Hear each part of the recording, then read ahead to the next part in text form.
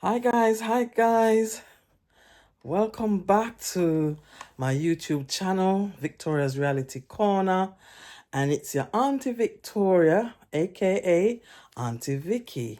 And guys, I welcome you back to another video.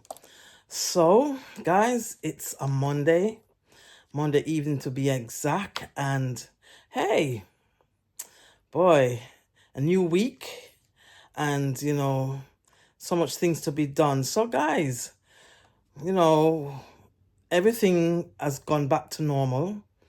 Holidays are over. Children are back to school, university, you name it, college. Everybody's back to, our normal, what we would say, normal lives. I would say winter is also upon us. I had to I've been turning on my heater in the evenings, and even this evening I feel a bit chilled. So look, I have had my little cardi on in my little bedroom and stuff. And guys, so yes, winter, the weather's changing, and we are moving into different season now, guys. So, what have you all been up to? Well, before I get into that, let me first say thank you for subscribing to my videos. Thank you for watching my videos and supporting me, guys. It's been a good feel so far. I know, guys, like it could be much better, but I've got so much on my plate, and there's times when I really want to come and give you a story time and, do other stuff as well. But as life would have it, we just have to take one day at a time, guys. Trust me, just have to take one day at a time. It's not easy. But I'm here tonight, and I says, you know what? I did a story time sometime last week. Actually, it was like I did a vlog, kind of a vlog. I wouldn't even call it a vlog. I was just practicing. So I went to the gym and, walked to the gym, took you guys with me. And when I came back, I said I was going to give a story time, which I did at the end of that video. I gave a little story time of how I came back to the UK as an adult. So I don't know if you've watched that video, but if you haven't, just run over to my channel, Victoria's Reality Corner, and please watch the video, like up the video, and make comments, guys. Tell me if it's boring.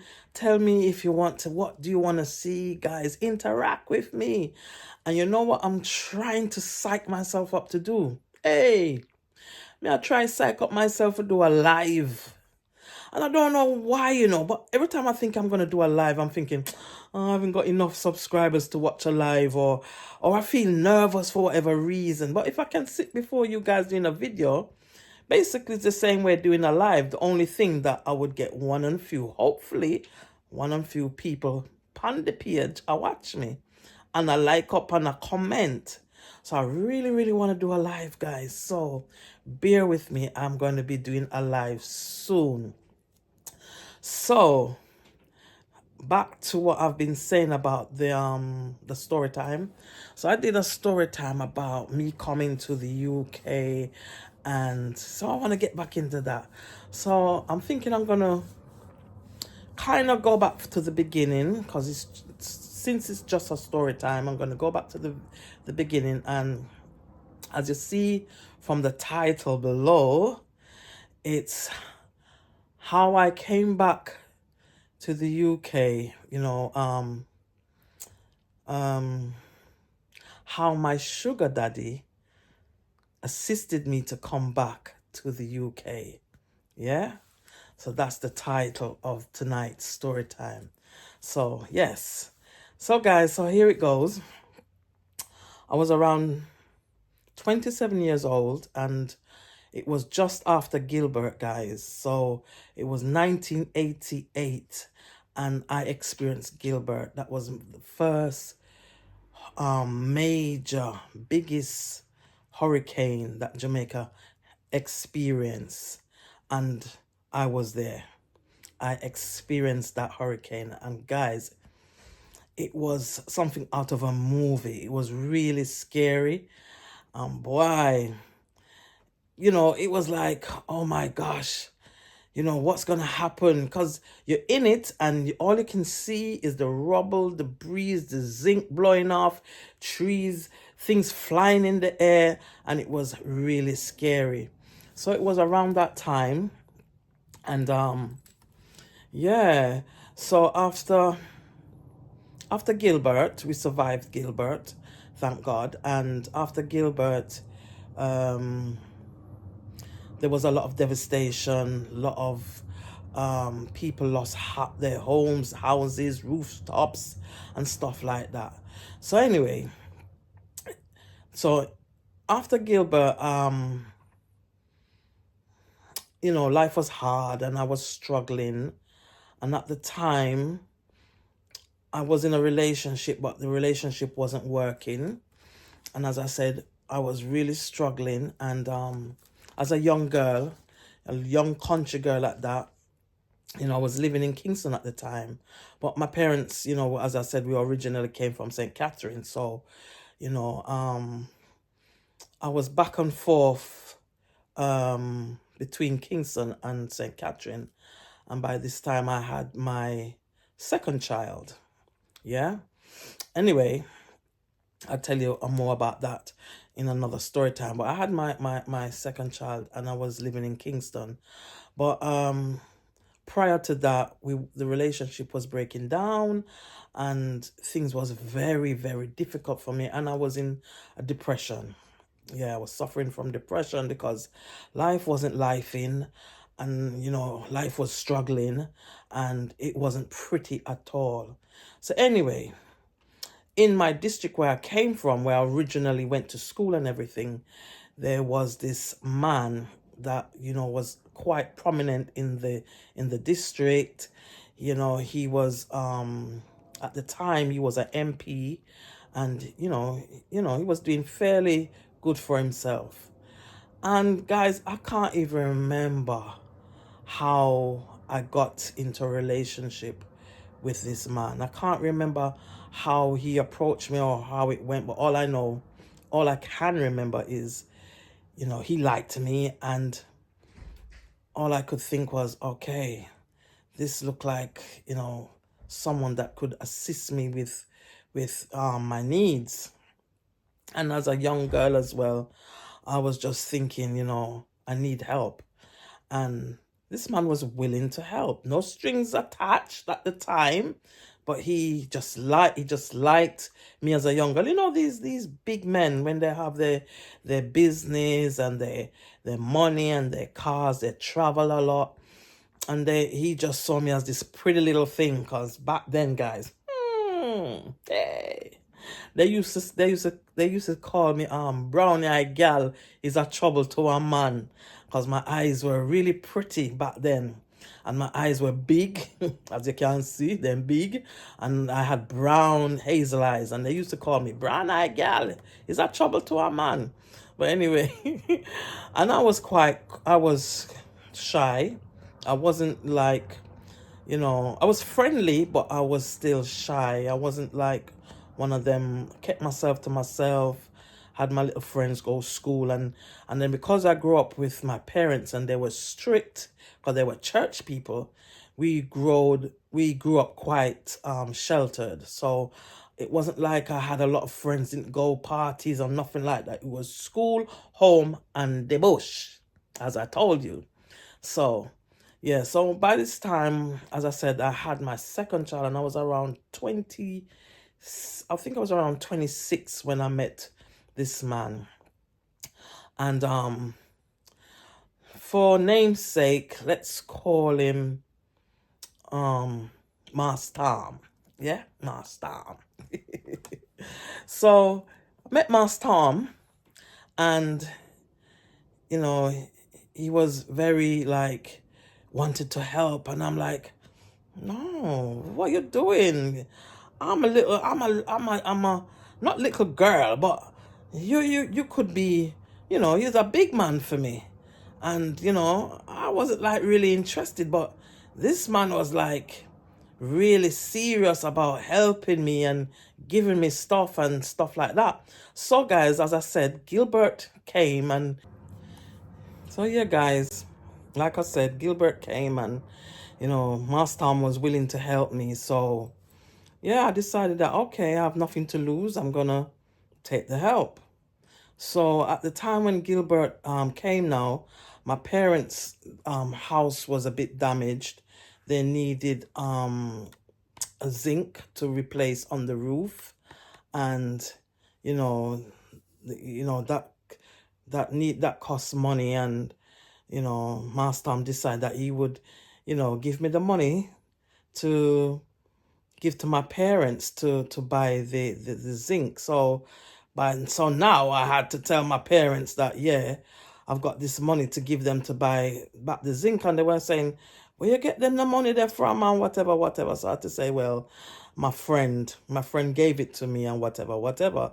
So in the end now I told them that it was Master Tom, and my dad wasn't very pleased of that. He was saying, so why is he giving you money kind of thing?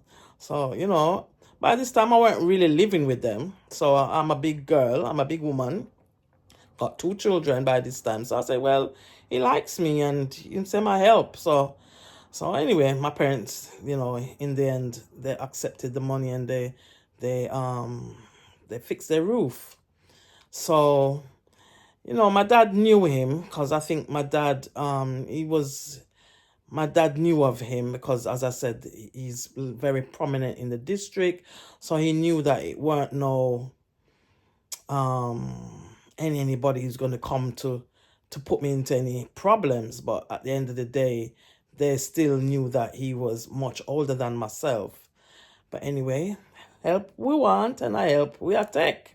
So that's how that went. So after a while, we was going back and forth, and he was helping me, assisting me with groceries and money. Because at this time I got a little job, so I weren't entirely just sitting and waiting on him. I got a little job at a factory in Kingston, and I was going to and fro to Kingston to do my job. And I had my children, so I had to kind of have money and he helped with all of that. So I was grateful. To be honest, guys, I was really, really grateful.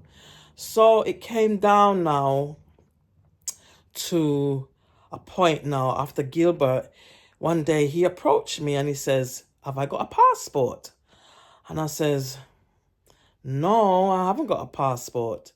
And he knew that we didn't come from Jamaica. He knew that we came from England to Jamaica because as I said, he knew my dad. So he said, then owner come Jamaica if you don't have no passport. And I says, well, we came as children, and when we came, the girls came on my dad's passport, and the boys came on my mom's passport. That's how it went back then.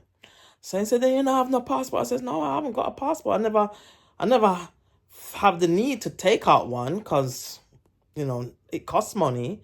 And at the end of the day, we don't have no money for travel. So anyway, he says, all right. Then he said to me, say, he's going to be going to Miami on a work project. And also he has like children in Miami and he wanted to go and visit them. So he says, you don't want to come Miami with me? So I'm thinking, huh? What you say?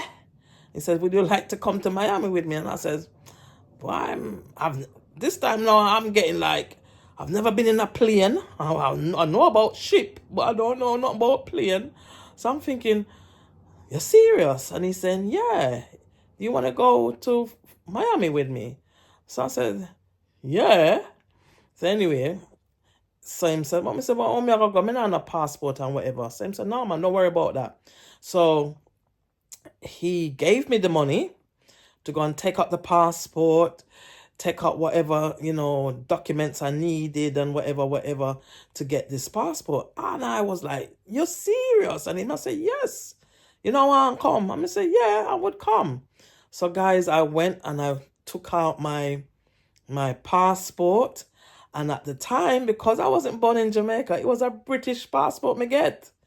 So like, that's the time when it really hit me to say, Ray, I'm not even Jamaican. British passport me have to take out. So by producing, a birth paper and all of that, so I got my first British passport. And so shortly after that, he set the date and he says, yes, we're going to Miami. So can you imagine me going out to tell my parents that I'm going to Miami with my Storm? Hey, what an excitement. They couldn't believe it. And I said, yeah, true, true, true. I'm going to Miami. And it was for 2 weeks. It was for 2 weeks. But guys, back then, 2 weeks long, So anyway, got ready, got things together, and the day came, went to the airport, and guys, I was on a plane going to Miami, Florida. Hey, I'm telling you, it was one of the most unbelievable, exciting time of my life because I didn't know this could happen to me. I didn't know this could happen to me. Brown eye gal. But anyway, I got ready, got packed, and on this trip now. And the first place we landed was in Miami, and we went to Fort Lauderdale. And that is how I left Jamaica eventually. So I was in Fort Lauderdale, and he said he had things to do, business to do. And so, he took me places. We went to Orlando, went to Disney World, saw Disney World, but at the time it was closed, so we didn't get to go to Disney World. But he had a son and a daughter living in Miami at the time, down in Orlando. Yeah. So we went and visit them in Orlando, and it was really nice. And his children were maybe a bit older than me, but not by much, as I said. Not by much, but yeah. So I met his children, and was there in Orlando. So then after Orlando, we stayed there. He said, yeah, he had to come back now to Fort Lauderdale because he had to do his business, what he came up to do. And it's there that I met my cousins. I don't remember how I got to meet my cousins, but all I know, I had a number. Back then you had your diary with all your numbers of your people that, the diary was the thing. It wasn't no phone and no phone book and all of that. It was your diary. So I had my cousin's number in my phone book, and I think my brother gave me, because my brother came to Miami before. So when my brother realized that I was going to Miami, and he gave me their number and says, when you get over there, link them. So that's what I did. I called my cousin, and they said, what? You're in Fort Lauderdale? And then I said, yeah. And they says, well, they're in Miami, near the airport, and I can come and link them. So because Master was going on his little business trips now, what he needed to do, his meetings and stuff, he said he would drop me off at my cousins to spend the time with them while he's there doing what he needs to be doing. And guys, that's how I ended up in Miami with my cousins. And guys, that's from there. We were bonding, getting to know each other, the family and the rest of family that I knew when they were much older, because I was like younger to them, and I met up with my family and stuff. And then, as I said in my last video, one of my cousins died. He was ill, and he went into hospital, and from there he eventually died while I'm there in Miami. So when he died now, I had another cousin that was in the UK here, a much older cousin, a guy, and he's the eldest brother for the cousins that I was staying with in Miami. So he was living in London, the UK, and when he heard of the death of his brother, he said, no, he's coming for the funeral. So, in America, when they have deaths and stuff, they don't wait long like Jamaica, 1, 2, 3, 4, 1 month for buried. They bury quite quick. So now we got to hear that, yes, my cousin now was coming from the UK to Florida for the funeral. And my cousin eventually arrived. And when he arrived, he came with his family, cousins, and stuff like that, guys. And it was a great reunion. I tell you, it was so good to see them, so good to catch up. And he was saying, "Oh, where you there, Jamaica, do, and you're British. Come back to England, man. So much opportunity there, England, and this and that." So I said, "How am I gonna come England when I don't have anybody to come there to? I don't have no money. I can't buy the ticket." And I was like, and he was just telling us stories about England, how England this and England that. And guys, from I was little, all in my head was one day I'm gonna go back to the country where I was born. That because Jamaica did hard. I'm not gonna lie. Jamaica was hard. And all I could think about growing up was going back to England, going back to England. So when he came now with his excitement, I said, "What? For real?" And then he was saying, "Yes, you can come stay with me and whatever, whatever." And, it was just hyping me up, man, hyping me up. But I start to really process it and start to think. So the funeral went ahead. We attended the funeral. They stayed a week over. And by this time they were getting ready to go back to the UK, and Mass Tom now was getting ready to go back to Jamaica. So my time now in Miami was coming to an end. So guys, I am aware of the time and I don't want my video to drag out. So I'm going to come with the second part of this story time to tell you what happened next. So if you want to hear what happened next, please subscribe to my video, share the video, tell a friend of Victoria's Reality Corner, and also like up the video, guys. So until next time, guys, I'll come back with another story time. Take care. Love you with the love of God. Until next time. Peace. That is it. Bye.